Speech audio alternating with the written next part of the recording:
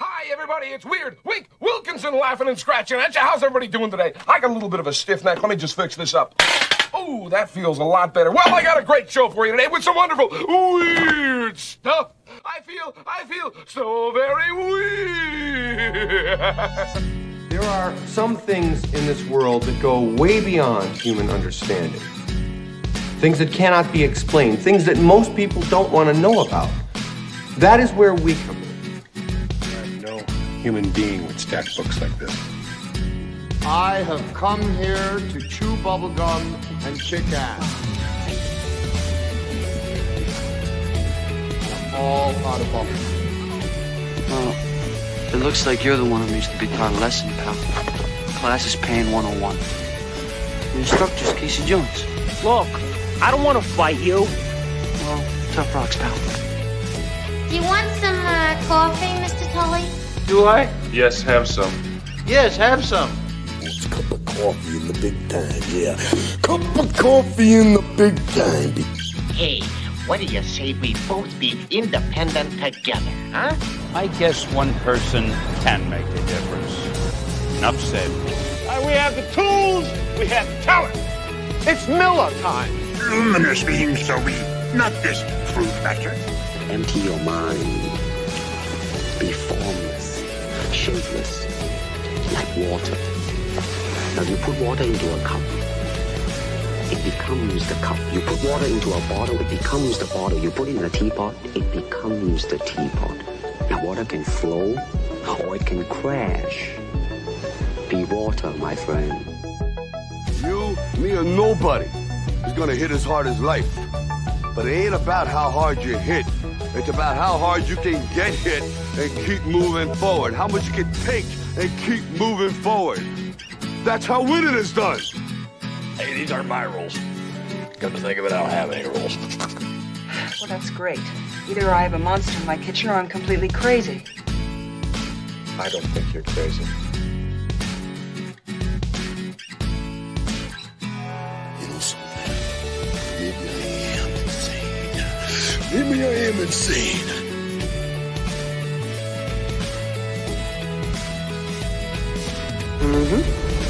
Pizza dude's got 30 seconds.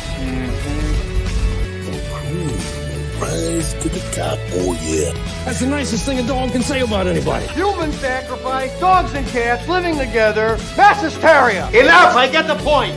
You know what you need? You need a Brazilian plastic surgeon. I've got one that can see. Sometimes happens, someone has to deal with it, and who are you going to call? It's showtime. All right. Hello, everybody. Welcome to Comic Book Radio, episode 282. I'm your host, Peter Cimetti. Tonight, my guest is SARA FRAZETTA. And I have to say that tonight is going to be a very difficult show for me in some ways. So if my energy is a bit low, please forgive me. It has nothing to do with our wonderful guest tonight. I've been looking forward to talking to her again since we finished up our conversation in January of 2024. For those that don't know, on Mother's Day morning, our beloved cat, member of the family, Lovey, many of you guys know her because I've talked about her often. She passed away, and we had her for 14 years, and they went by way too fast. So if you've got anyone that you love, whether they're furry or not, give them an extra hug and a cuddle and a kiss from me tonight. So before I bring on SARA, let me say hello to you guys in the chat. We got Marv here. What's up, Marv? Hope you're doing good. He says that he'll be watching later on because it's 2 a.m. in Portugal right now. Well, Citizen Ronan, what's up, Citizen Ronan? Good to see you. And it is good to see all you guys again. I appreciate you guys being here tonight. Bretsky, how's it going? Hope you're doing well. We got Kevin Thomas here too. What's up, Kevin? Mo Biggs in the chat. How's it going, Mo? Good to see you as well. What Geeks Do says excited for the show. I'm excited to talk to SARA again too. There's a lot going on over there. Not that that's an exception to what's usually going on over at Frazetta Girls. Cole King, what's up, Cole? Hope you're doing well. We got Jasper here too. How's it going? You got Cigar Gangster here tonight. How's it going, man? Good to see you as well. We got, let's see here. We got Crazy Cat here. What's up, Crazy Cat? We also have Creators Outlet here and Crash Landon. How's it going, Crash Landon? What's up? Let's see. We got, let's see, all you guys with your kind comments. I appreciate it. Thank you. Appreciate it. Yeah, looking at Sarah and not me. I appreciate that. That's a better thing than what I've got going on. What's up there? Jasper says, Pete, you have my condolences. I've been there many times. Myself as well, but something about this one. She was special. They're all special, but Lovey was one in a trillion billion. Carbon Heat, what's up, Carbon? We got Brian here. How's it going, Brian? And we got Z Comics here too. So we got Chris Six Strings tonight too. How's it going? And Ben here tonight as well. We got ID Crisis in the house, Paulus Arts, and Crash Landon. Thank you. Appreciate it. All right. So without further ado, let's bring on the wonderful guest of the evening, the woman of the hour, Miss SARA Frazetta. What's up, Sarah? Hello. So good to be back. When you said the date, I was like, wow, it's been that long. It's crazy. I know, right? It is. Yeah. I was looking back to see, when were you on the show before? And I was like, wow, that's a long time ago, considering. But I haven't done that many shows at all. So it's been like a kind of a break for me. Last night, I think, was like my first show in a while. Wow. Yeah. You do like a weekly Friday show, right?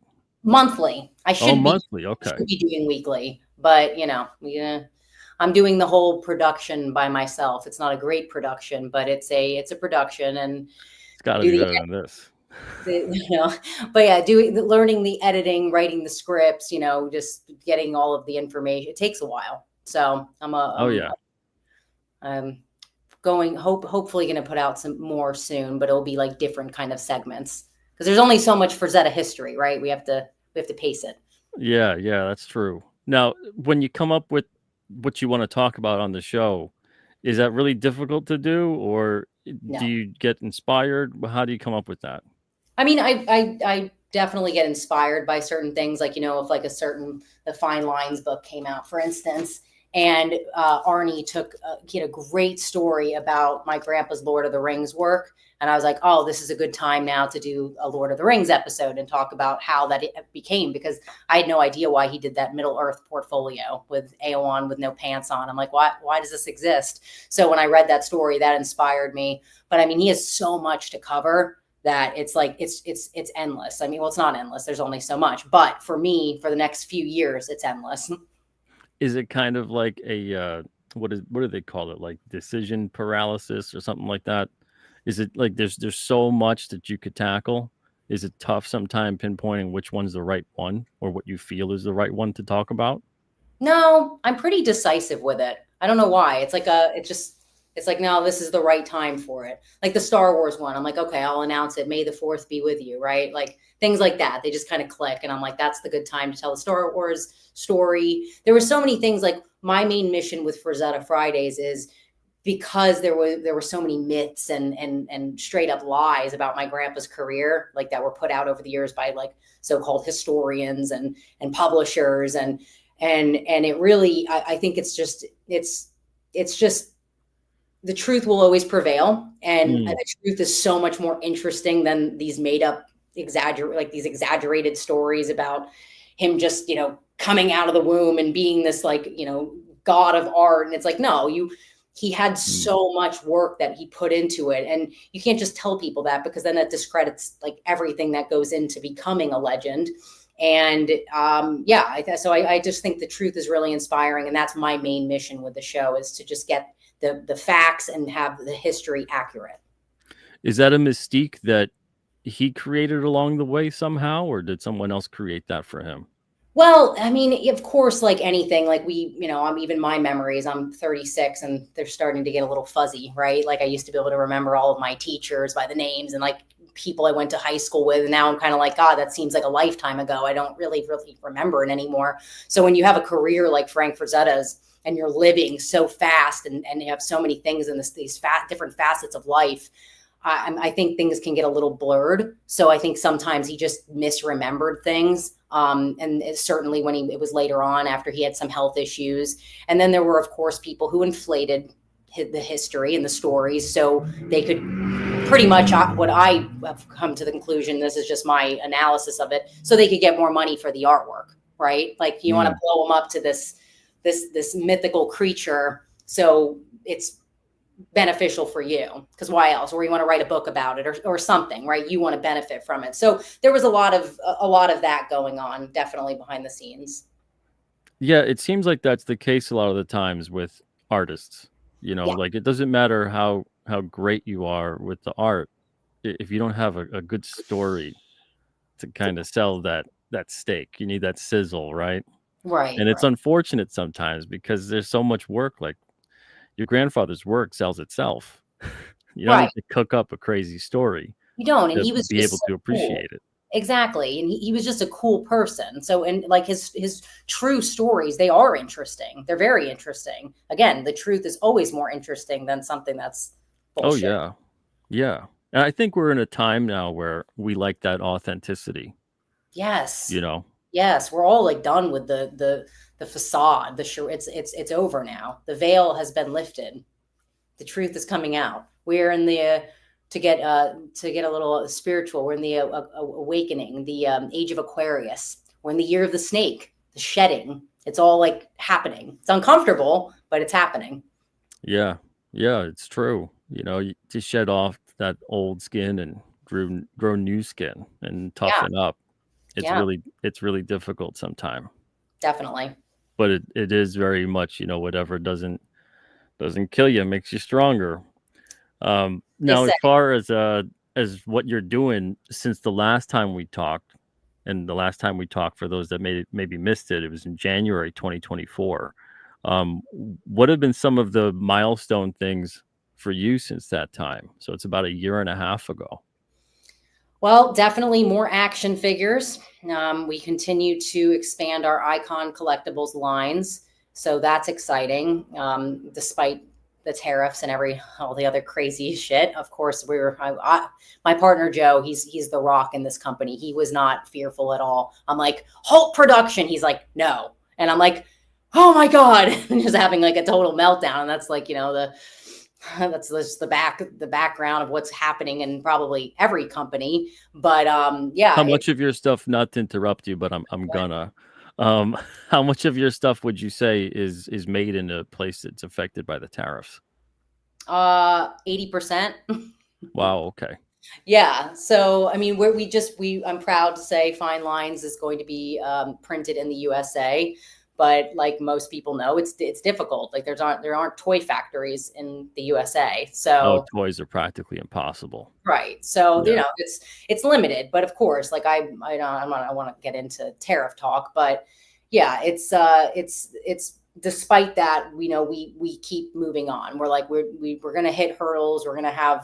We've had our share of downfalls and hurdles, and this isn't going to stop us. So that was definitely something that I'm definitely proud of, to keep going despite all the craziness. And then we got a studio this year, which is really exciting. So nice. So we had been obviously doing like shows in the museum in Boca Grande. We were renting out a warehouse for many years, and we thought it was time to get a studio. It's basically presenting itself as a storefront.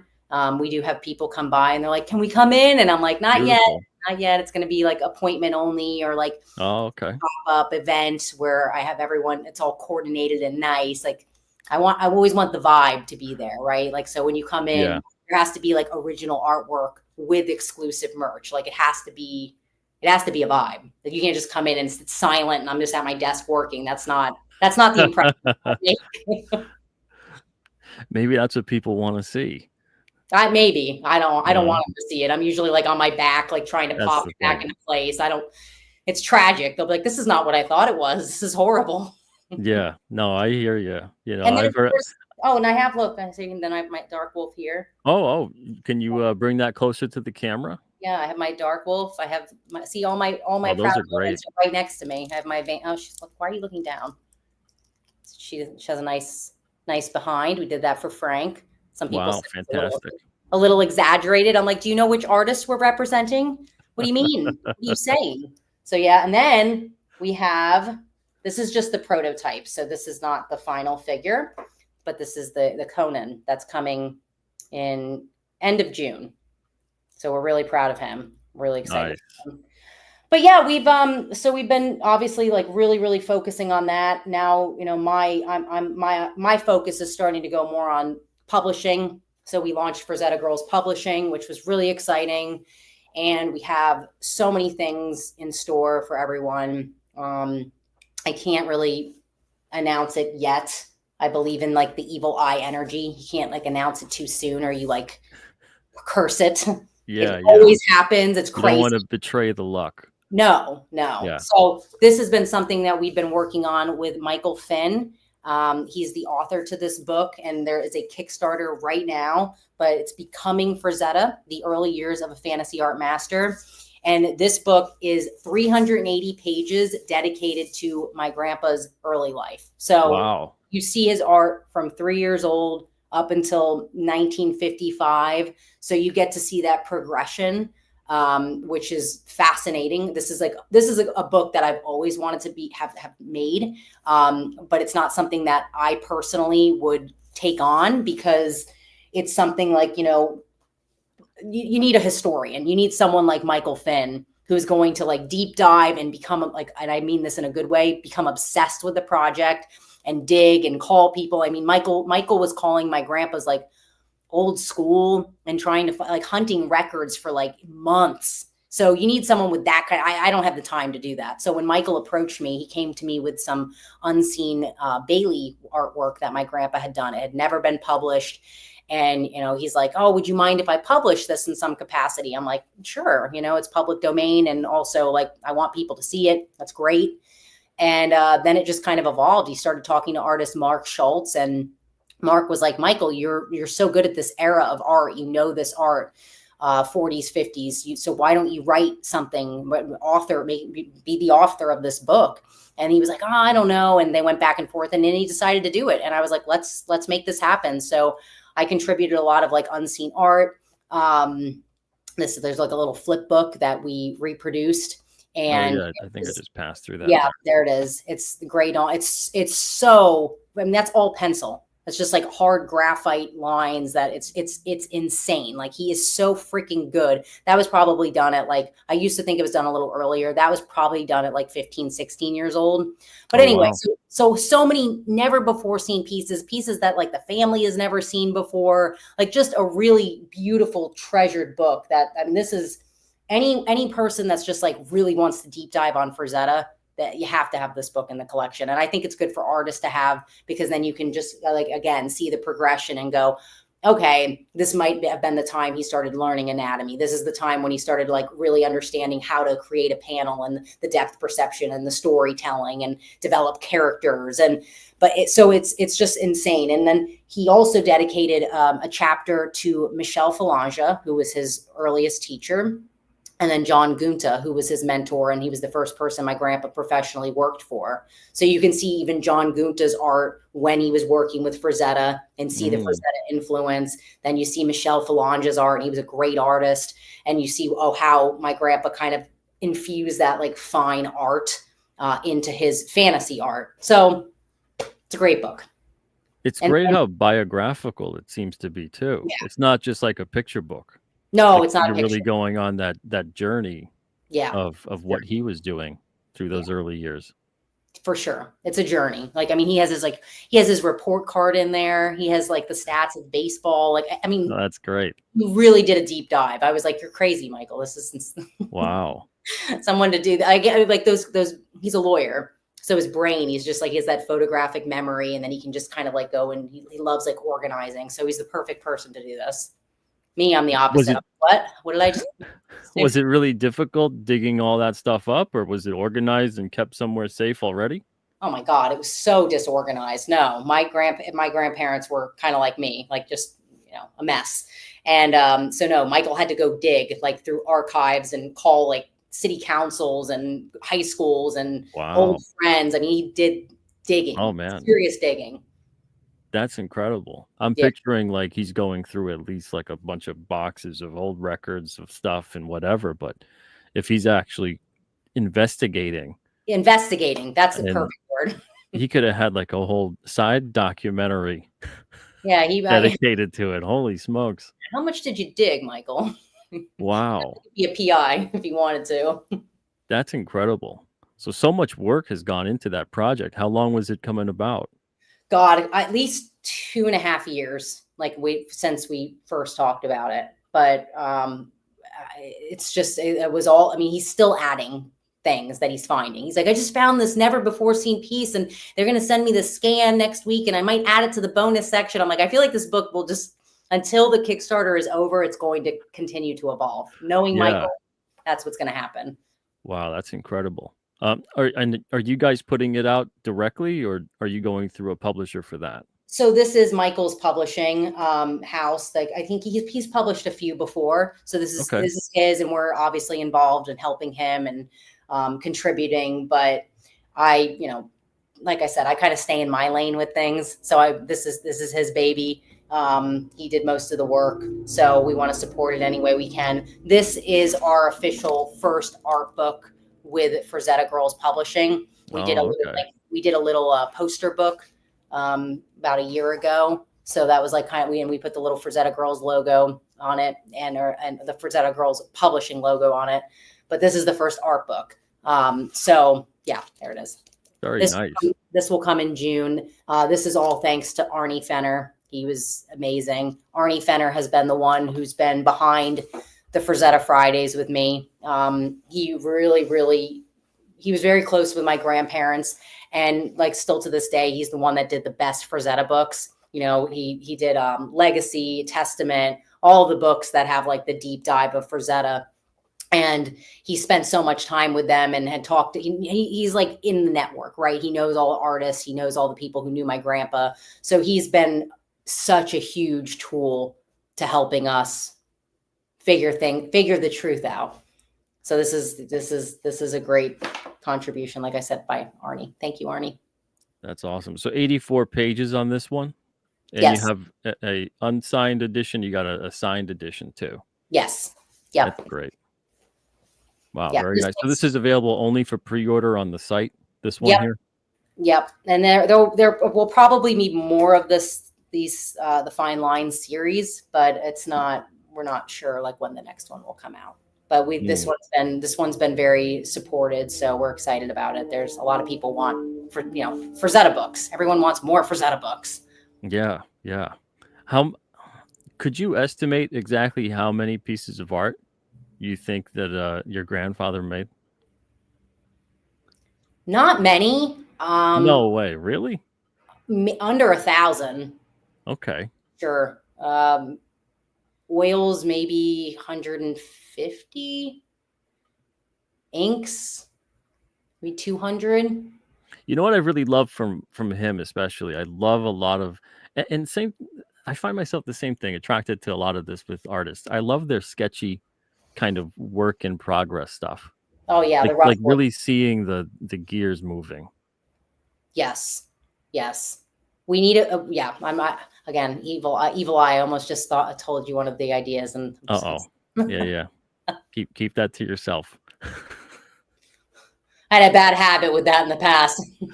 Oh, I got the worst habit like that. Yeah. Don't you go on and just say things. So stop myself there. But yeah, I love so much of his like sketchy work in progress stuff when you're really seeing where he's going with it or where he stopped, or you can kind of connect the dots with a lot of it. Yeah. And there's so much life to it, I find. And he's got a lot of life even in his finished drawings, because sometimes there's artists where I feel like they torture the piece and then the life is gone. It now becomes like this like stiff frozen statue of a drawing, and he always managed to keep it so lively. He did stiffen up a few with overpaint when he did the repaints on he repainted a lot of them. We have a series going on the blog, and King of Paint. So that's an interesting series, but it's all about the reworkings of the artwork, and some of them I will say though, I'll agree with you. He never, even with the repainting, it was never stiff. It was just a little bit more leaning that way, right? So, but I think I think that my favorite thing about his art is, like you said, it's the movement. He just had that fluidity and all of it. He knew peak action, so it really always feels like really just dynamic, like you're witnessing it about to come to life off of the canvas. And the rough works, my favorite rough works are when he actually did a little bit of writing on them with just his ideas. So you have his handwriting and what's to come next, and it was so funny because I remember him saying this in many interviews. He would say he wasn't a storyteller. I'm like, what? You know, what? Yeah, you are. Because again, he just brought you into that and told such a story with a 2D image. And it's like, it's incredible.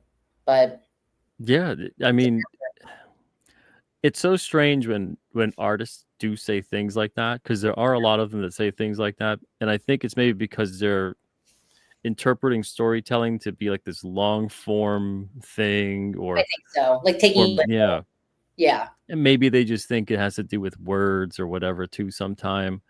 But there's so much, like a great artist. It really is that cliche phrase of the picture is worth 1,000 words. Definitely. And he totally knew how to tell a story on the page or the canvas even. You know, it's right, incredible that he would think. Yeah, I think you're right though, because like I have that tendency. I'll take things like very literally, and thinking back, he did as well. So I bet 100% he was like thinking of literal words, and that's the storyteller. Yeah, and it's that kind of thing. I think we get caught up with the interpretation of it, and when you're an artist, especially if you've got some humility to your work, you're kind of like, yeah, you know, I make the picture. Right. You know, and you're not really thinking like you also tell the story. Right. Absolutely. Would you say that that your inclinations, are you more towards the words or the image? Both as a creative person and as someone who appreciates creativity. Probably words. Yeah. So, but and that's what's interesting about, you know, being in this business. It's all about the visuals. But what I find that is so needed in my grandpa's, what's needed in the next chapter of the FRAZETTA legacy is the lore, right? Like we need to continue to expand it. So I think my love of words will be of some value. I hear you. I hear you. I'm not going to press. Thank you. I can tell you're like, I'm trying to say it without saying it. I'll let it hang. Crazy Cat, thank you for the super chat. Says, any chance of FRAZETTA characters licensed with the toy company NECA?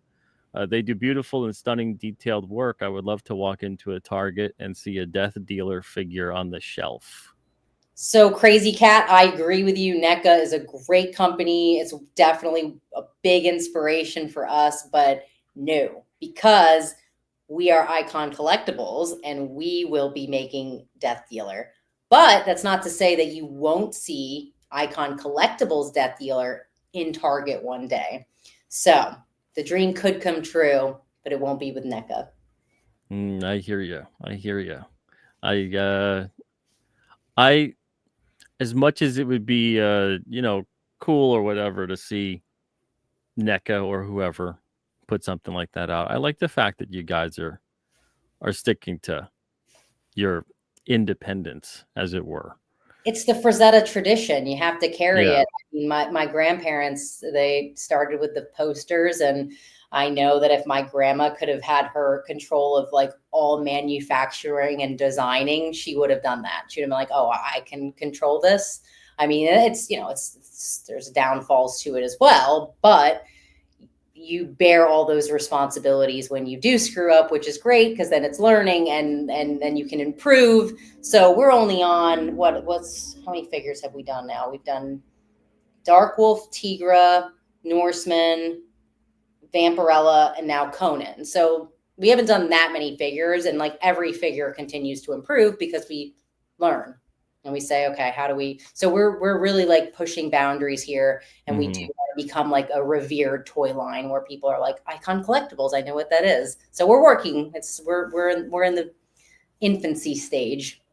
Yeah, everything I've seen you guys put out too is phenomenal. Thank you. It looks fantastic.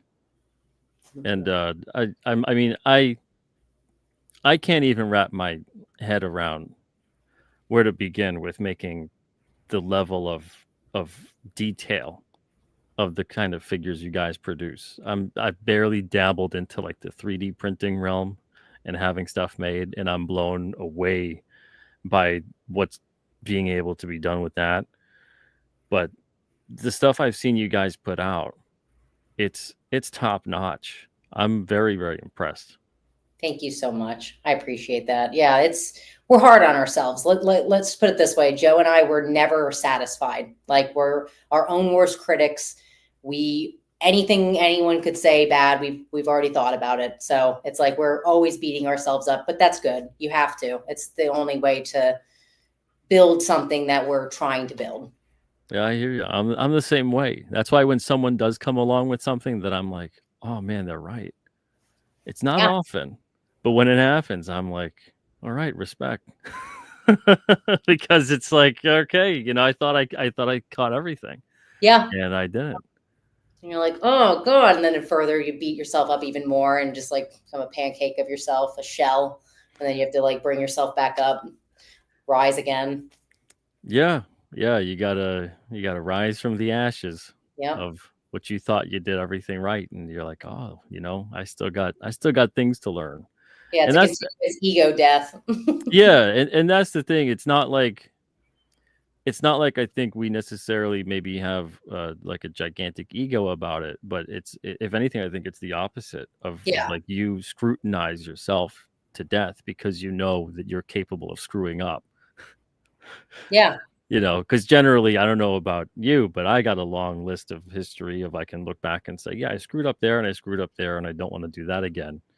Oh yeah. You know, and it's kind of like torturing yourself when that one little thing happens and it's already been done, produced, everything else, and then sometimes I'll spot it later and I'll be like, how did I miss that? You know, and that kills me when I end up spotting something that I just glossed over. Oh yeah, we put out a calendar. I think it was 2022. We only sent out a few, but we thought we proofread it so many times, right? And it says, instead of Dark Kingdom, it says Dark Kingdom. Oh, that's the worst. I'm like, oh my God, order all new ones. And then from there on, proofread through many different eyes, not ours. We realized, all right, not the editor. Yeah, and that's sometimes it's so valuable having that extra set of eyes, even if it's not someone who you would deem as particularly qualified. You have because you've been looking at this thing for 1,000 times. Yep. You kind of grow blind to some of the faults that might be there. Even if you take a day or two or a week away from it just to kind of refresh, which is always, I recommend do that before you hit send on anything. Yes. But even then, sometimes there'll still be just something that's glaringly obvious. Oh, and my grandpa did it with my grandma with his art. I mean, she would point out things and she'd say, that's not right, or the hand or whatever. And, you know, because he was just staring at it for so long. And so, yeah, you have to. Even the master, Frank Frazetta, had to have an extra pair of eyes on his artwork. And I know he did when he was younger, when he was working with Al Williamson, Roy Krenkel. I mean, all those guys were like tough Brooklyn boys, right? Like they were straight up, this looks like shit, do this better. All his teachers were like that. It talks about that in the book. They were just really firm and told the truth. And I think that's important. I think people need to just be, you know, you don't have to agree with them, but let their opinion be heard. Just take it in. Yeah, I don't know if I'm in the unpopular side of this way of thinking. It certainly looks like it from the way it is nowadays. But I kind of miss that directness that came from a good place. Because sometimes you'll get people who are that blunt and direct, but it's not coming from a good place. So you're not sure if you should trust it. And you're like, okay, maybe they got an axe to grind, maybe they got a bone to pick, maybe they're just kind of doing this for shits and giggles. But when you know that their heart's in the right place, and that they care about you doing your best, they know that you're capable of greatness, and you're kind of stumbling here, and they tell you, hey, get your shit together, this looks like crap, get out there and make it look good.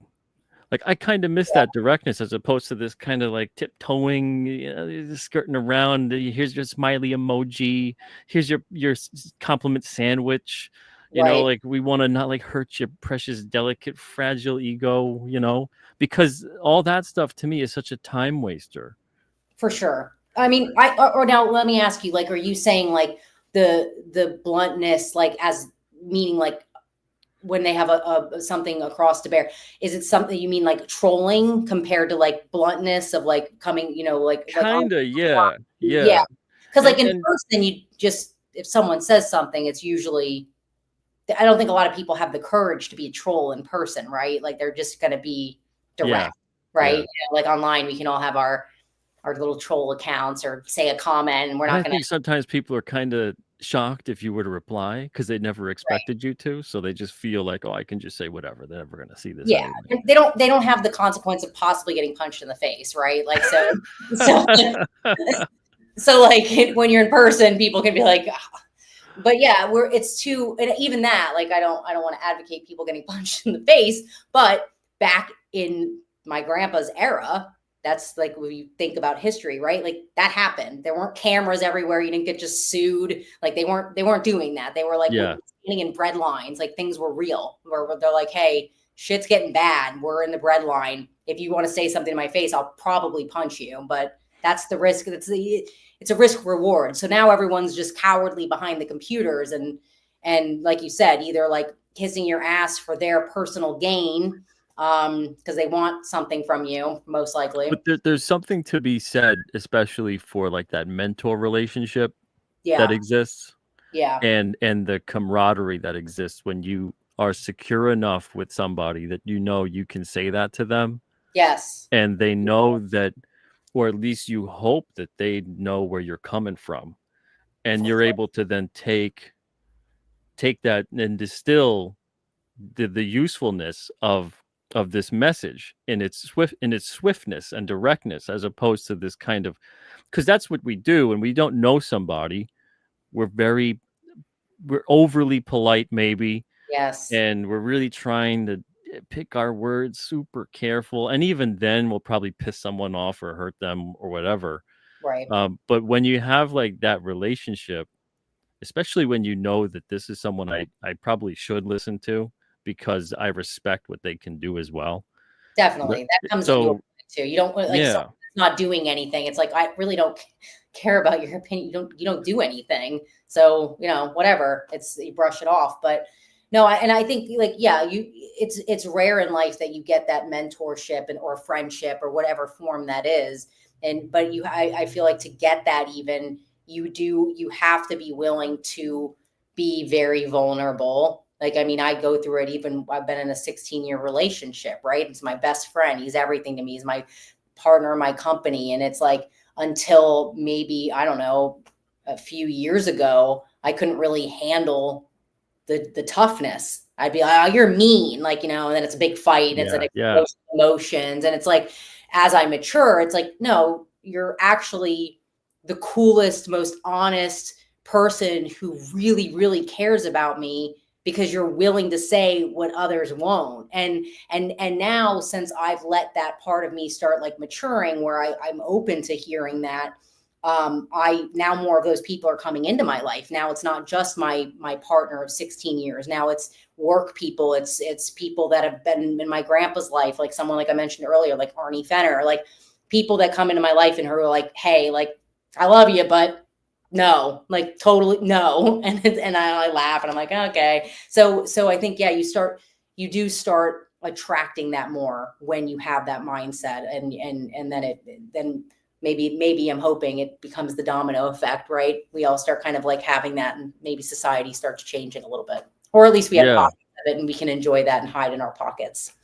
Yeah, I think you kind of nailed it there, that it is like a maturity thing, because when you are coming up, there's a lot of that. Like, you convince yourself that anyone that tells you no is just a naysayer and a dream killer, and they're jaded and they're this and they're that. It's kind of easy to convince yourself of it and brush that off, Right.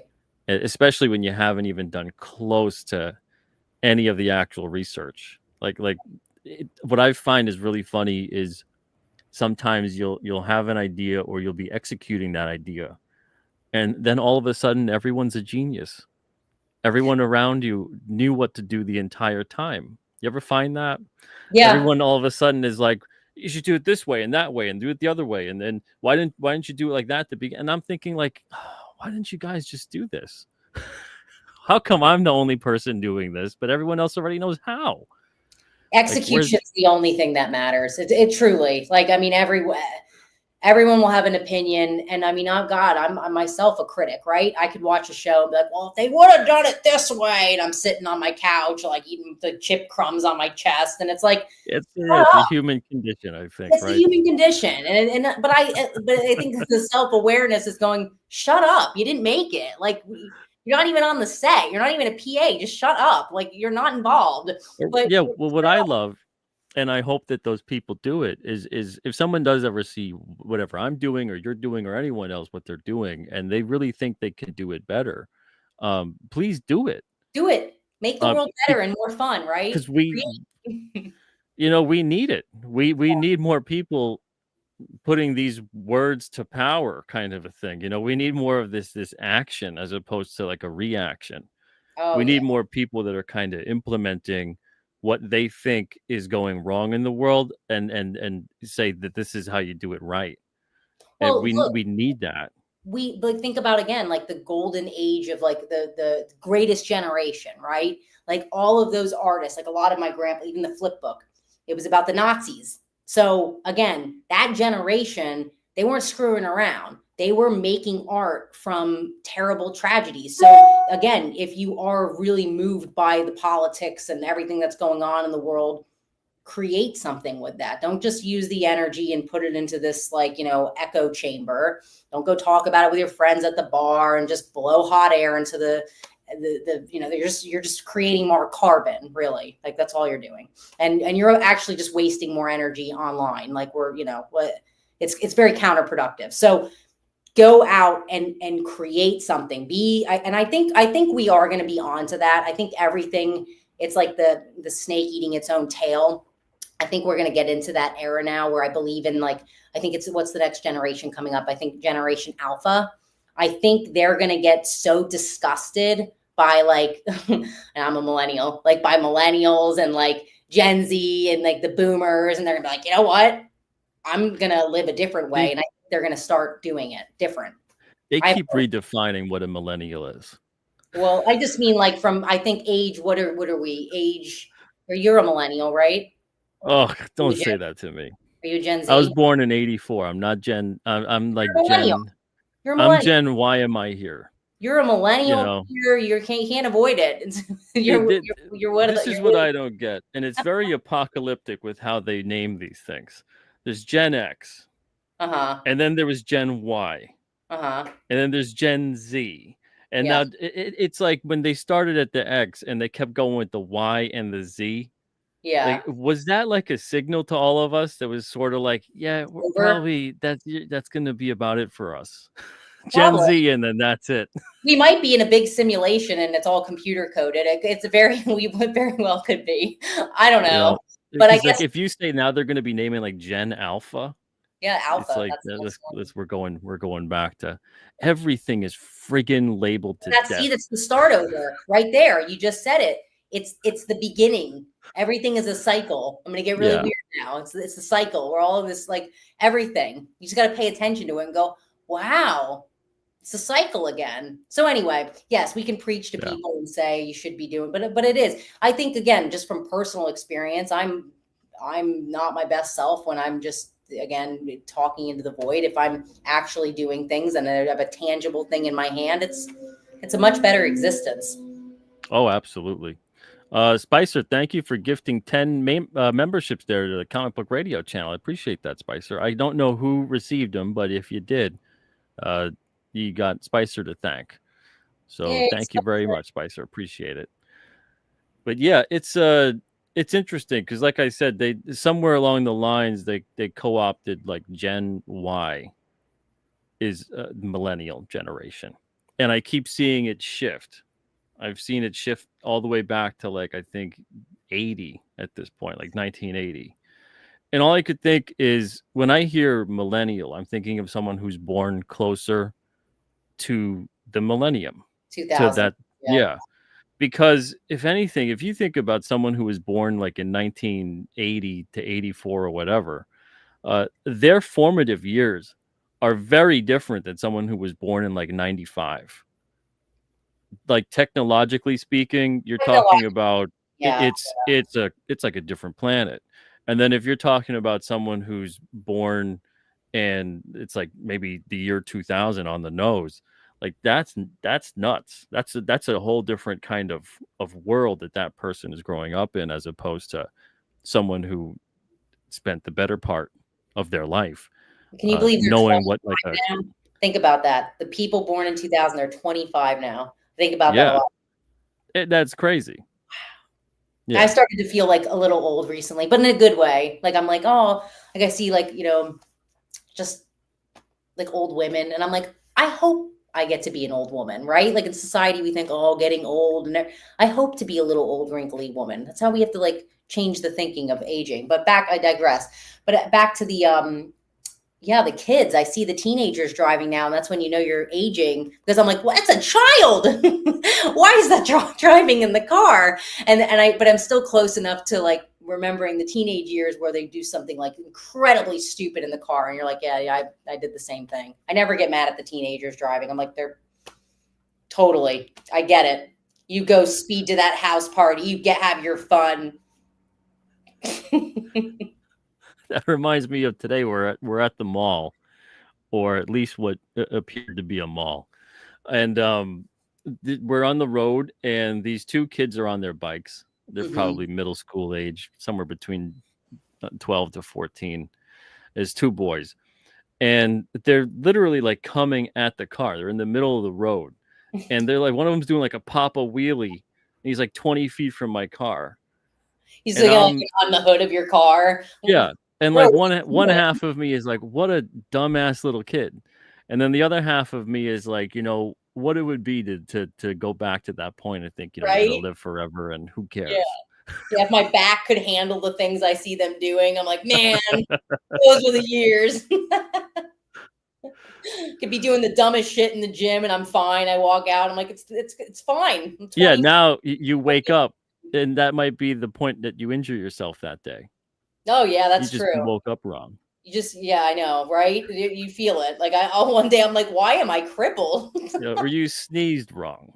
Right? And then you're like, well, there goes my neck and my back for the week. Yeah, I didn't even do anything fun. I didn't like go. I didn't stretch. I didn't go wakeboarding. What the hell? It's so, that's the maturity part where I'm like, all right, I just have to. I have to accept this phase, right? Yeah. Yeah. But it just seemed like I'm kind of getting screwed a little bit quicker. Like my grandpa, he was like really athletic until he basically had his strokes, like in his 60s. He was fine, never had any complaints. So I don't know. I'm like, maybe they are spraying us. Yeah, well, I mean, yeah, they are. They are. Yeah, they just admitted it finally. I'm like, what? Yeah, we are being sprayed. I knew it. Yeah, it's yeah. It's like, well, it's not that name. It's not a chemtrail. Right. I'm like, not that. It's this other thing. But we're still doing it. It's so crazy. We're all just like accepting it. I'm like, well, I'm a little paranoid, but I'll go out and I'll be like, it's a heavy chemtrail day today. Hover inside. Oh, it's crazy. I've seen so many beautiful days. All of a sudden, the lattice work in the sky starts popping, and even if it wasn't anything detrimental to a larger extent. It's still crazy to think like let's say none of that, it's nothing that would be harmful. It's Right. just good old fashioned jet fuel and Yeah. exhaust. No one was still seemingly upset about that either. No, we're just like, it's fine. Jet fuel. It's Oh, it's cool. just like miles and miles of crisscrossing jet fuel patterns in the sky. It's cool. Really good for us. What could possibly happen? Nothing from the sky ever comes back down to I think the earth. the real like, it's not even a debate. I would just like to poll people. How do you feel? Like, let's collectively like all be honest with each other. Speaking of, how do we feel? Are we all feeling vibrant and energetic? Like, I don't see a lot of that. Just honestly. take a couple 5-hour energies, Sarah. Oh, It's that's no problem. true. Yeah. Just If those don't work, more coffee. head If to those don't work, adrenal fatigue. energy I drink. tell you that I did that through my 20s. Then with 30, you hit a wall and you're more screwed. Now I'm on like green tea because my nervous system can't take the freaking coffee. I'm like, Yeah. what do you mean I can't take coffee anymore? I'm like, what is this? Yeah. Pretty much drank 2 pots a day until he was 84. Well, that's the funniest part about all of this kind of stuff is that you really have to navigate the waters, literally sometime. With everything that you do, everything that you eat, everything that you drink, and there's so much of it. It's just it's mind-boggling. Yeah, And I feel bad for people, honestly. Like, it's a lot of choices, a lot of stimulation. It's a lot of overload for the nervous system in general. yeah, and most people they have a tough enough life as it is. I know. You It's horrible. It's horrible. Now we're getting crazy. sad again, Peter. Oh yeah, well I've been sad for a long time. I know. But some of the people watching are kind of used to the conversations I have on this show with people about this stuff, and some of them feel very passionately about this stuff. Oh, as well, good. Okay, I didn't want to be the mood killer on the show. Yeah. I'll always go to like Debbie Downer. That's what Joe calls me from SNL. Wah wah wah. He's like, Debbie Downer. I'm like, I know. I'm sorry. Oh yeah. Everything's great. This is the show for it. The thing is though is that what I love is and this is what I like when I see any kind of interview or conversation or whatever with anybody. The promotional stuff is cool. Seeing what they're up to product wise, whatever is cool. That's always nice. But I like when I kind of get to learn a bit about someone and what matters to them, what makes them tick. I like that kind of thing. I know some people maybe they don't like that kind of thing. They're like, just stick to the stuff. Just talk about the stuff. Oh, good. Well, I'll tell you what I really love: trees. If you I love trees. On X, you see all my environmental crazy stuff. I go. Yeah, you had a really. Was it today or was it yesterday? You had made some kind of a post and it was like 7 things. You're like, I just got back and. Yeah. Okay. So I get home. There's a little scared mouse in our porch. It's like shaking. Could have been my cat. We'll get to that. We'll circle back. But anyway, so we had to save the little mouse, bring it back to the backyard, give it its, home. We feed the mice. A lot of people, my mom's like, what is wrong with you? I'm like, I think I'm Snow White. I don't know what to tell you. I'm delusional. I'm trying to save the planet in my backyard. This is what's happening. Hey, we all did that. The planet would be saved. Honestly, if 50% of Americans would make their lawns, I know not everyone has a lawn. Well, a lot of us are, people are confined to apartments, and they're like, yeah, good luck with that. And I have my little, but you could plant stuff on your porch if you have a balcony, if you're lucky enough. Or just start throwing seeds. I've gone to that too, where I start throwing tree seeds, and I'm like, I don't know if this is legal, fantastic. But I'm doing it. But I've had that thought for years. Just start throwing out seeds. Seeds like for vegetables, for fruit, whatever. Let them grow everywhere. Who cares? Everywhere. Because I've seen like olive trees growing at the side of a highway. I've seen like all kinds of crazy stuff where I'm like, what the hell is that? And it's like, here's a big, apple tree. Here's a blueberry bush. Here's all these things. And it's like someone threw some seeds one day and then nature took care of the rest. Nature is amazing. Nature is the most amazing art. I mean, so I get home, so the mouse happened, and then there was a little lizard, and he was stuck because his skin was halfway peeled off. So I assisted him in peeling. I know you're not supposed to, but I assisted him in peeling off the rest of the legs, and he looked at me and he was happy. And then he ran off, and he was very excited that he was no longer stuck in the screen. And then there was a little cardinal nest. I have cardinals every year that come to my yard, but they built another nest next to their nest that was just a successful nest, which I'll get to. But they have a little nest, and it was like hanging out of the tree like this, and I could see the little blue egg, and I'm like, oh no! So I put that nest in the safe spot where their other nest was, and when I was doing that, I took the other abandoned nest, and it was so amazing. Like when you look at this nest, this freaking nest, the symmetry. The way that they're so precise about now doves, they're not good at making nests. I'm sure you've seen the dove nest. It's tragic. But most birds make the most incredibly intricate, like symmetrical, beautiful little nest. And they have, it's all they do. They just obsessively do it all day. But what's so interesting about it was, I don't know if they went in my trash or they found trash somewhere, someone littered, but they took a brown paper towel and a Publix plastic bag, and they put it on the bottom layer to like reinforce their nest. And I'm like, it's genius. I'm like, I took a video of it. I'm like, this is just blowing my mind. It's like this old house, but with birds. Yeah. It's incredible. Like nature, it blows me away. I've really gotten into that, like planting trees, and I just got a beehive, and I have fruit trees, and I just think that, I mean, that's, and you know, I have to go because we're talking about Frank Frazetta, and it's like, who wants to hear about SARA Frazetta? But my grandpa. Well, you're on the show. Well, Frank couldn't be here today. I know Frank couldn't be here, but to bring it back to Frank for people who are like, shut up, talk about your grandpa. He was, and again, I don't know if it's like a maturity thing, or if I'm having a midlife crisis, or if I'm just becoming in tune with what's really matters. My grandpa was the same way. And he'd look at, like, this guy came to the museum in Boca Grande. He shared the story with me a couple years ago. And my grandpa was eating crab legs, and he started talking about art with my grandpa. And my grandpa was just kind of like, just kind of checking out. He didn't like to get into like the theories of art or breaking things down. It just was, right. He could say it's shapes and colors and things that just catch his eye, but he didn't try to be like an academic about it, because he wasn't. He was just talked like a simple man. Yeah. So anyway, he's eating the crab legs, and then he takes the crab leg and he shows him. He goes, look at this leg. Look at at all the details. And he just starts pointing it out. He's like, this is incredible.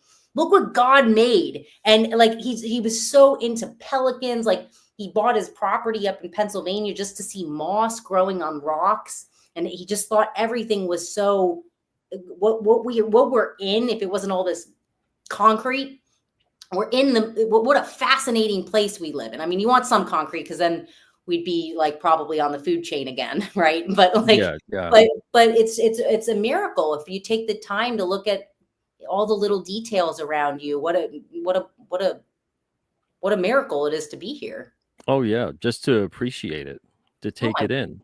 Yeah, like the smell of a gardenia, right? If you smell that fresh flower and what that does for you, just go lay in the sun, and how you feel when you're laying, you have your feet in the grass and the dirt. And it's just, there's nothing better than that. Oh yeah. Yeah. No, I totally get where you and your grandfather are coming from, because I'm up here in New Hampshire. Oh, and there are so many trees. Oh yeah. Yeah. It's incredible. And I grew up on Long Island. Okay. And then moved up to Massachusetts around, I don't know, I can't remember anymore, 12, 14 years ago, something like that. Maybe longer. Yeah, longer, maybe like 15. So then we've been up here in New Hampshire for, I don't know, maybe 8-9 years, something like that. Yeah. And it's fantastic. Just coming up here, it was a totally different vibe, totally different energy. Yeah. And I really noticed it when I visited family the first time. We were here, and then I drove back to New York. And there's literally like a weird, it hit me like a weird energy as I'm approaching the Whitestone Bridge in the Bronx getting to Queens. And I'm like, this is a horrible place. I'm done. Yeah, soul sucking. It's just like oppressive feeling. Yeah. And it's like Ghostbusters 2. You remember the plot with that, with like the ooze that's under New York, and it's a Yeah. river of slime, and it's a reason for why, you know, New York is the way it is. Right. And that's all I could think. And I didn't have like the active thought. I wasn't nervous or anything. It wasn't there Yeah. was the traffic was what the traffic was. It wasn't anything like that. There was just like this weird oppressive feeling. Like I was feeling like Trapped. what Obi-Wan talks about with like the lives that get snuffed on Alderaan, but I'm feeling like the active lives, and they're all screaming, being like, "Get me the hell out of here." Yeah, And no, I'm it's thinking like I could never live here again. no, it's really, it is like, I mean, when I go to New York, we usually stay in Manhattan. We'll be there for like 5 days, and I'm like, bring me to an animal now. Like, I'm sorry, but Central. I made a comment the other day on a post on Instagram, and I'm like, wouldn't it be nice if there were more trees in New York? And then people are like, there's actually per capita, blah blah blah, the trees and this and Central Park. I'm like, okay, fine, you have Central Park. There still could be more trees. There still could be more like just a feel. Like, they don't have to. You don't have to have so many buildings. You could have, I mean, they don't even have alleyways, right? Like, there's a big problem with New York. It's just building and building and building. So yeah, I feel that too, where I'm like, I'm so sick of seeing like just a dove, right? Like a pigeon. And I'm like, well, that's it. A pigeon and some really frightened dogs that are walking around, and look at the animals. They're terrified there. They don't like it there. They're like, God, get me out of here. So yeah, it's good. You want to go, like, you know, have a lot of Yeah. energy Yeah. and, you know, go with And people, but then you got to go back to nature. And now that I've largely offended millions of people who most likely would purchase our products, No, we love New York ThemePad long term. says, "Hey, I grew up in the Bronx, Whitestone Bridge area. My whole My family came condolences." from Long Island, like this. Yeah, My yeah. grandpa was born in Brooklyn, grew up in Long Island. My mom was born in Long Island, but my grandpa did. He's 40 years old. He's like, it's all concrete. I'm out. And he said that in Brooklyn, there just used to be like open green spaces and trees. And like, I can't even imagine that for Brooklyn. And he said, Yeah, Ozone Park was actually a park. yeah, he said it was beautiful. And he just had to leave. He said he couldn't take it anymore. And that's why he bought 60 acres in East Stroudsburg, Pennsylvania. There was no one there. There's really still no one there. But Yeah. he just had to get out. And he said he had to connect with trees. And I feel the same way. I'm maybe like, I'm like a weird tree person, a tree hugger now. I'm obsessed with them.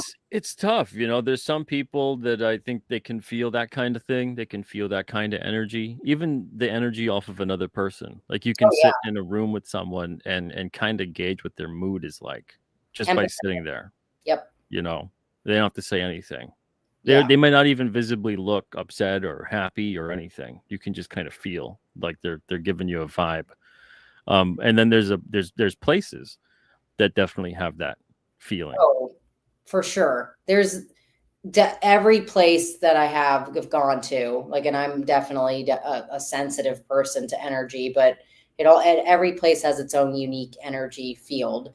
And there are some places, like, the more, it's interesting, like when I get really worldly, so to speak, like I get like really into like the achieving, right? Like my thoughts, my brain kind of wants to be in more of like a New York place, a big city, right? Life in the big city. But then when I'm like in a calmer, my nervous system's like chilling, I'm feeling like good. I have like that spiritual connection of like with a higher power, God, I call it. And I want to be in nature. I find myself going to the places where I'm like, it's quiet.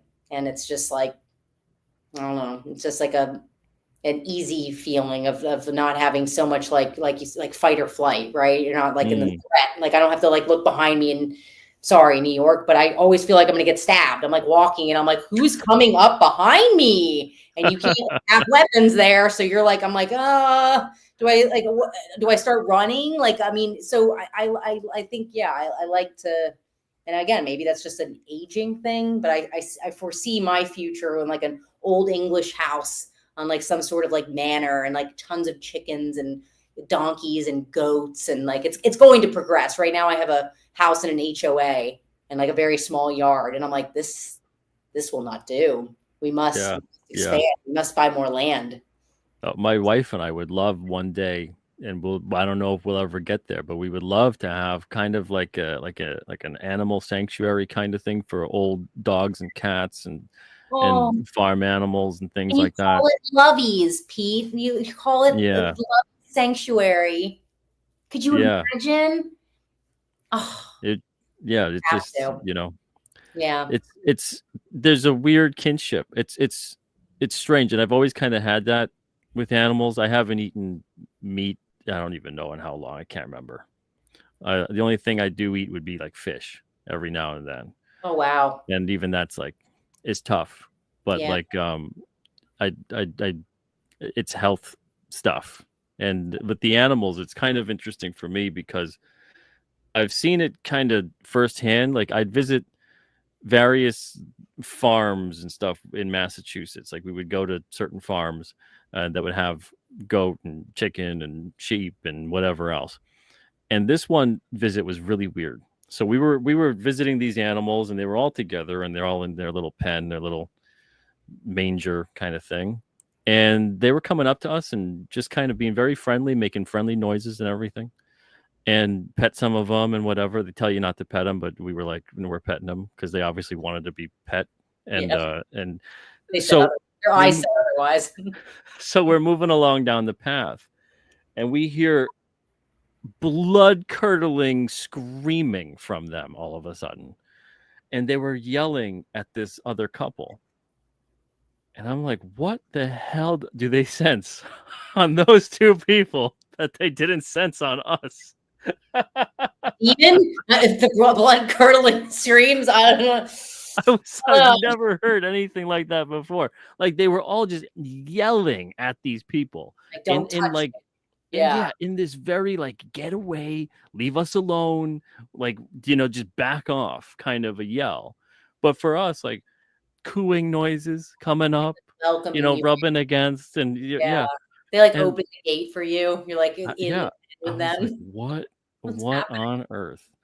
You know, what about those people is just pissing these guys off? It's energetic. I mean, the animals can't speak, right? It's an energy thing for them. They know. My dogs don't like some people, and I'm like, oh, I don't know what to tell you. And I mean, you know, if they could just be picking up on fear, but I don't know. It's a little weird. I don't know. Yeah, I trust dogs with their interpretations of people. I have German Shepherds. They're very intelligent. So I'm like, okay, well, they're sensing something that I'm not picking up on. I'm trying to get to that level where I pick it up on people, because I used to be like, everyone's a friend. And it's like, no, not everyone's a friend. So you gotta gauge energy and to protect. Yeah. That's kind of modern society, I think, really drilling home, you know, don't trust your instincts. Oh yeah. Yeah. You know. Course. Yeah, think about how we were like in school, right? Like the structure of academia and like your classmates, and it's weird. We could go down a rabbit hole with that, but oh yeah. But unfortunately, we've passed the hour mark. Do I have you for a little bit longer? Yeah, like I got till 10:30. If you want to go a little longer. Okay, yeah, sure. Yeah, we'll go an extra. It's 10:14, 10:15 by you? Yeah. Okay. All right. Yeah, we can go to 10:30. That's fine. So I did want to bring it back though to the art, and for those that have been enjoying this tangent, they're like, and are collectively groaning now. Oh yeah, we got to go back to beautiful FRAZETTA art. There is like that thing that ties us all, I think, to why we love and appreciate art so much, is because when you come across a visionary artist or someone who's at least competent enough to get that emotion across, it just hits you.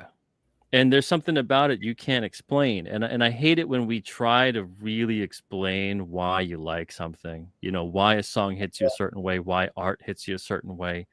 And you can't just enjoy it. You can't just be like, I like it. I don't need to explain why I like it, you know, and vice versa. If you don't like it, it doesn't hit you the right way, then you don't like it. You know, but there's something about art that when it hits you and it just like strikes a chord, that right there is divine. That right there is that thread that ties us all together. Absolutely, well said. It's so true. It's like eating food. You don't have to explain why you don't like an overly salty dish or like a sweet dish. It just is, right? So it's the same thing. It's our senses with art. We're seeing it. It's the way that we're registering it. We don't have to explain it. I talked about a panel in my grandpa's in this book last night. And it was from 1952, and it was like the two, of course, about them rescuing a dog, our love for animals. And it's just the most beautiful, beautiful work, in my opinion. And I just described it as, it's insane. I'm not going to go into like why every single thing is just so good. It's just so good to me, period. And, but Pete, my grandpa would say the same thing. He'd just be like, I don't know. Like if you asked him why he watched Fantasia or King Kong or Night of the Hunter like 1,000 times. Like, I'm not kidding. It's just because it just struck a chord. It just, and yeah, we don't, again, if you don't like it, you don't like it. It just doesn't do it for you. Don't try to like something. I would try to like things that I didn't really like. And I'm like, nah, it's just not hitting. I don't like it. This jazz or what, it's not hitting. I don't know what it is. And then some people, if I put on my hip hop, they'd be like, oh my God, hell. So it's a beautiful thing that no matter what we like, it's a collective. It's just amazing. Again, the miracle that we have these senses to like take things in, like this art. Incredible. Yeah. And it takes time, obviously, I think, to really perfect hitting those notes, especially with art, hitting those right emotional notes with for sure the line, with the color, with all of that. And maybe you can study that and find a little bit of a shortcut through all of the pain of experience. But there's just something about when an artist is trying to figure out what they're supposed to do, and they're on like that organic path, and they're not necessarily trying to take any of those shortcuts. They're just trying to figure out what works, what speaks to them today, what are they trying to communicate, what are they trying to get across. And I think that's how you get these artists that are like Frazetta, that you can see the work that's there, and you get it. You look at it and go, that looks really difficult, but they made it look so easy. Yeah. And there has to be some kind of appreciation for that sort of thing. And I think that in the day and age that we live in, where sometimes people want like that instant gratification, easy button. And when you tell them that it's put in the time and put in the work, they don't want to hear that. What kind of advice could you give to someone who appreciates the work of your grandfather, but maybe doesn't understand all the work that went into your grandfather being the artist that we're going to plug it again? Buy this book. It's the perfect tie-in, I have to say. You just won't believe.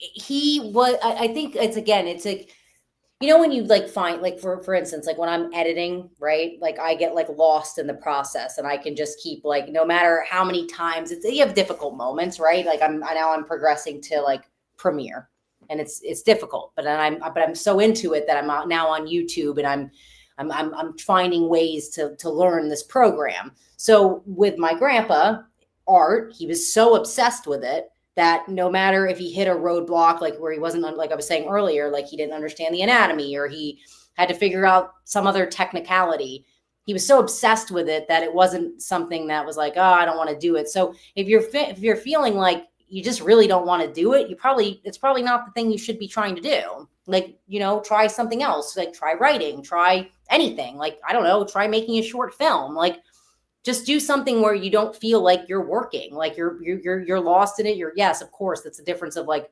struggle. Yes, you're putting out, you're doing output, but like you should kind of, I think when you're in alignment with what you are supposed to do, you do feel like you're in more of a flow state. Yeah, I absolutely agree. And I have to say, seriously, I've tried telling that to people so often. And it's not about you're a quitter or you're giving up or whatever it might be. It's people who they struggle so hard with what they're trying to do that they have no joy in what they're doing. Because That's there's a difference. If you're the point. struggling, you find joy in the process, do Yes. it. Don't give that up. Keep at it. But if you're torturing yourself and you're so just you're just hating yourself because you can't do what it is that you'd like to do, like you really do have to consider maybe this isn't for me. Maybe I got to try a different outlet.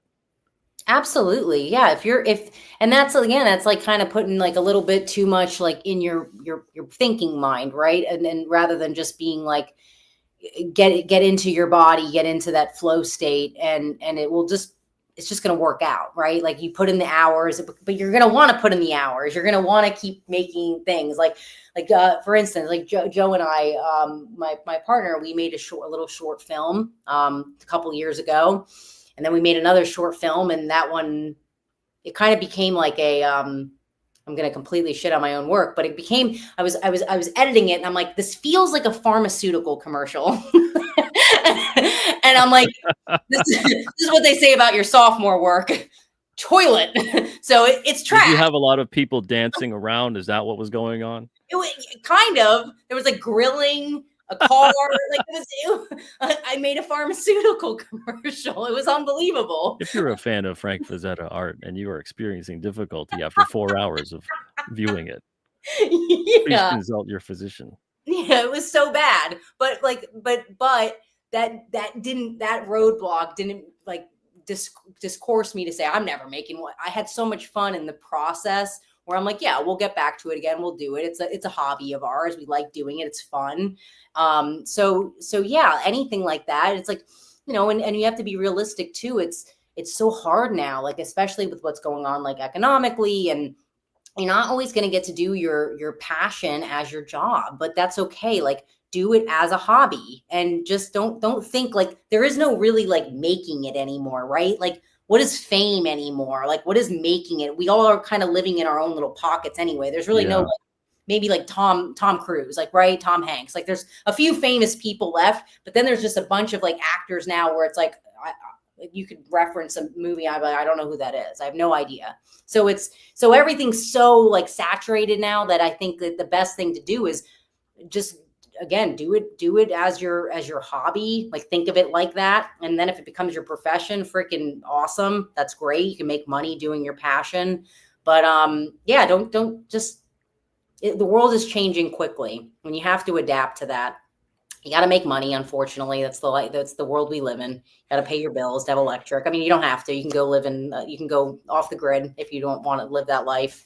But with passions, yeah, just don't take it so seriously. I did art for, I think we talked about it. I drew for a while and I don't really like it. I do once in a while, like I have a shoulder issue. That's not, if I really liked it, my shoulder issue, I would get a stand-up desk. I'd be drawing every day. I'd be obsessed with it. I'm not that visual of a person. So for me, like, I'd rather be like on a keyboard, like playing music or writing or doing something like that. And then it's like more effortless. But yeah, it's like, for me, with drawing, for example, I don't look at that and go, oh, I failed it. No, I tried it. I didn't really like it that much as a kid either. Then I brought it back and I'm like, I don't really like doing it. So you'll know if you're like pushing yourself, but it's just stop. Yeah. Yeah. No, it's true. We are just, we're beings, I think, where we want to convince ourselves that we can do anything. And yeah, we can. Yeah. But there's a difference between, can you do that? Yeah, you could probably do that. You could probably become a better whatever the heck it is you want to be. But do you ever think about, is that actually what you want to do?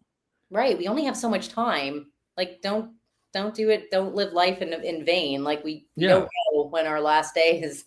And if the thing you really love doing, like, let's say it's not an attention getting thing or it's not glamorous or whatever, who cares? If you really love doing whatever that is, and it's a nice creative outlet for you, or you find joy in it, and it's not hurting, hopefully, Yeah. yourself or someone else, then why not? No, it's just Yeah.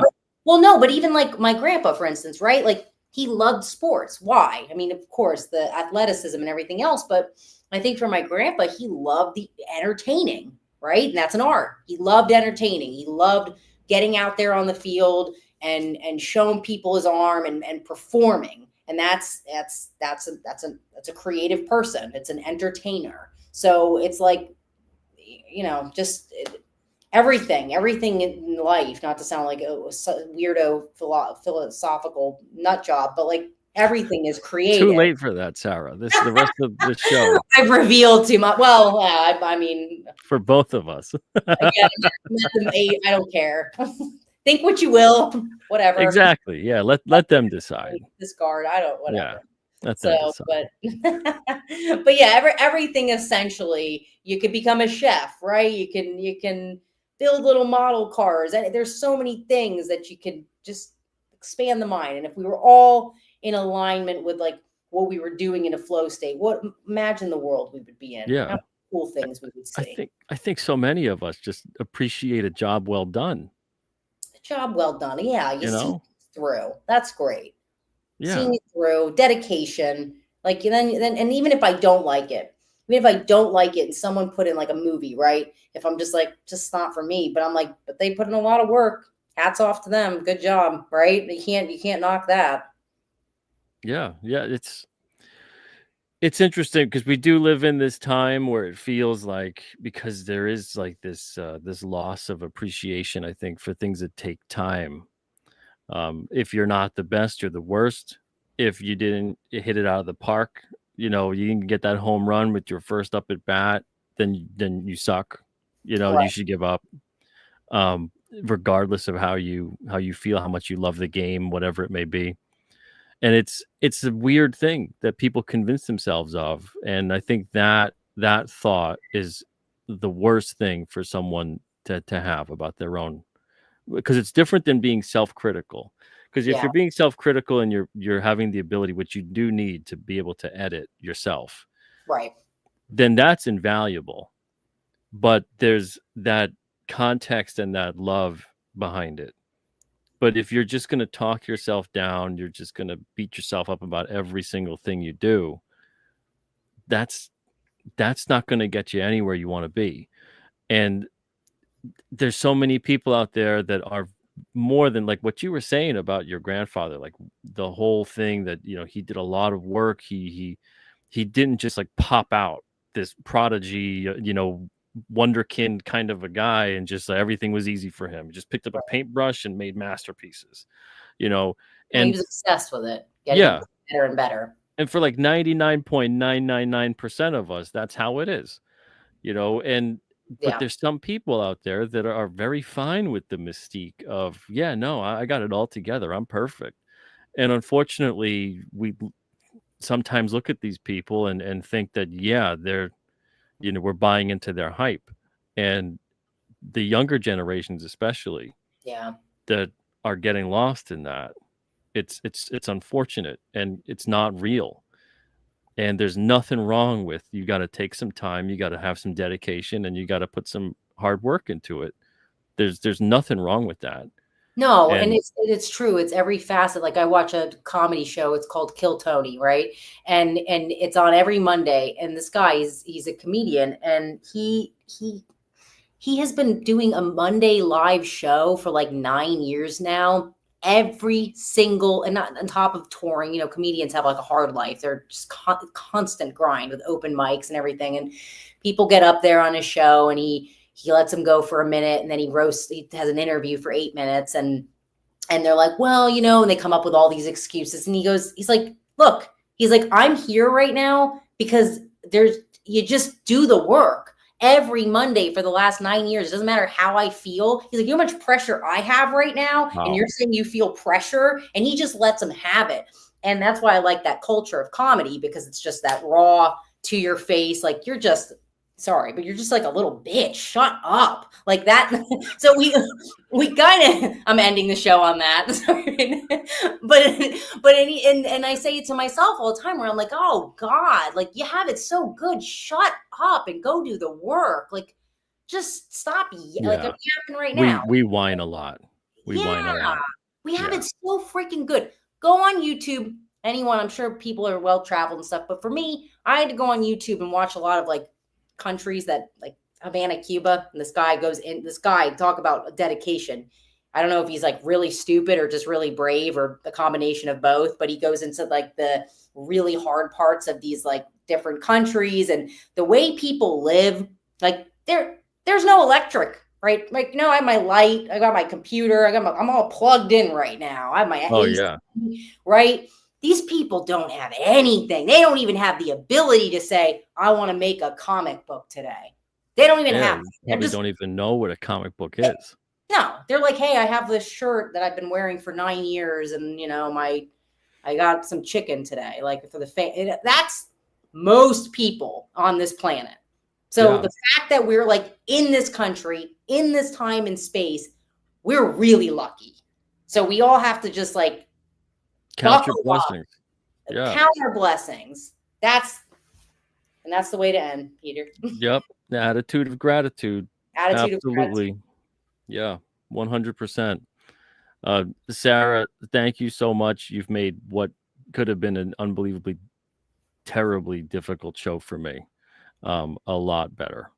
So couldn't have had a better guest to come back to after such a tough week. So thank you so much, Sarah. Oh, Peter, I'll keep you in my prayers with Lovey and your wife. I know that's the hardest thing.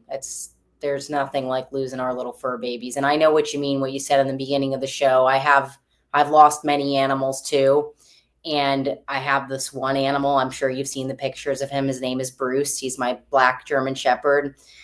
And the hurt. I'm already like, I tell him every day, I'm like, you got to go to 15, buddy. He's 7 right now. I'm like, yeah, you can't leave me. You have to stay. I don't know what I'm going to do. So I can really empathize with the grief. Like I know what you mean. There's sometimes that like soul connection, but it hits hard because it's like people don't know, but a lot of the time when the show was winding down, she'd be coming in my room.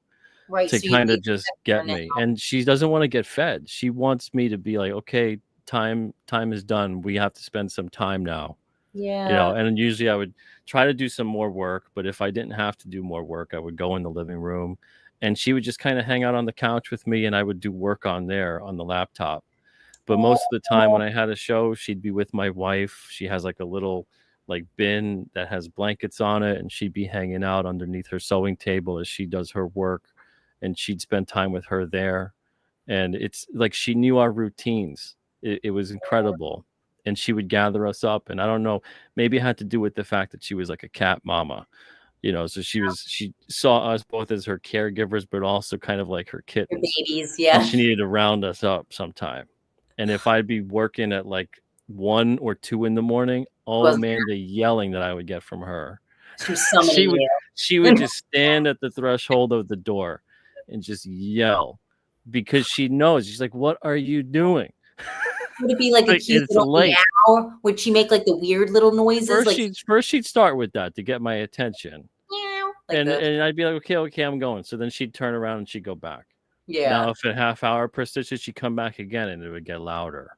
Oh yeah. And again, the different ranges of the meows that the cats have is really interesting. Yeah, her verbal range with us was incredible. There was so much emotion behind you knew when she was happy, you knew when she was impatient, you knew when everything. You knew when she wanted food, you knew when it was whatever it was.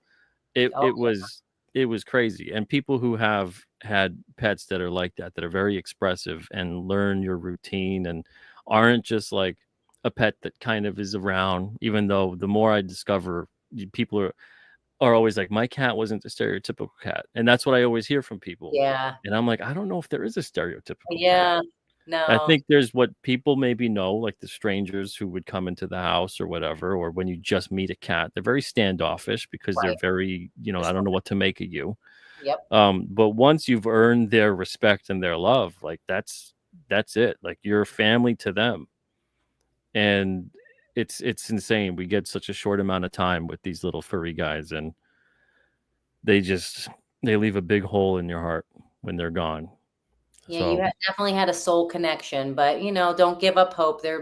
I believe we can have many soul connections with animals, and I say that with Bruce, and I'm like, well, who's to say I won't have another one down the line where I'm like, you're a soulmate too, because there's a lot of souls, and we only have such a short amount of time. So I always tell people when they're like, I can't go through the heartbreak again. I'm like, but you have to.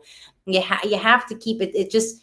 I talked to a guy today who lost his dog, and he just got a puppy, and he's coming to him in a week. And he goes, well, it just takes a piece of your heart, right? But you have more pieces to be taken over the years, and it's a little bit of a shedding. And he goes, but then it keeps getting stronger with the shed, like the year of the snake. And I'm like, yeah, that's true. It's like you just have to let it happen, because the moments you do get, where the fact that the cat knows your routine, right? It's like, how many people would care to know your routine? So it's like, yeah, of course they're superior. They're not what in their own, maybe they are thinking about themselves, but we don't know that. It's so amazing. So I know, yeah. But I have hope for you, Peter. We know you guys are going to have your animal rescue one day, and it'll be Lovey's rescue. I'll come visit. Yeah. Oh, that'll be wonderful. That'll be wonderful. Maybe, one day. But yeah. So thank you so much again. This was fantastic. Great conversation. Appreciate you too, Sarah. And everybody, go check out Becoming FRAZETTA on Kickstarter. And then also, we got, let's see here, we got the Fine Lines book on the FRAZETTA Girl site. And that's a pre-order. So go check that out. And the links are in the description of the show. And thank you to the mods tonight that have been posting all the links, not just to those things, but also to your channel. So hopefully you got some subs on there, and people maybe discovered that today. Thank you. But yeah, thank you so much, Sarah. Everybody in the chat, thank you guys so much as well.